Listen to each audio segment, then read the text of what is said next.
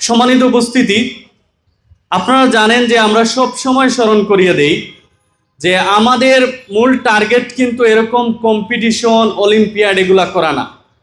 আমাদের মূল AIIMS and object হচ্ছে হাউস অফ উইজডম, বায়তুল হিকমা পুনঃপ্রতিষ্ঠা করা, যেটা খুবই কঠিন একটা কাজ।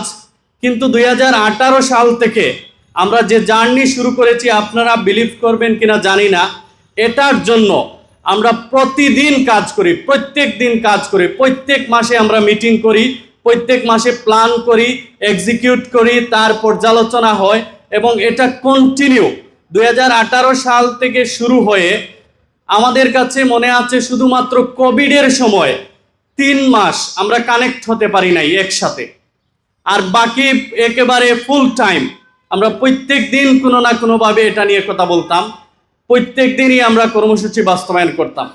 তো আমরা খুবই ধীরগতিতে আগাচ্ছি, কিন্তু টেকসইভাবে আগাচ্ছি। আর এর বাইরে আমরা চলতে ফিরতে যে ইভেন্টগুলা, যেমন সিরাত অলিম্পিয়াড চলছে, আমাদের নেক্সট ইভেন্ট আমরা ইতিমধ্যে প্ল্যান করেছি খুদে অর্থনীতিবিদের খুঁজে।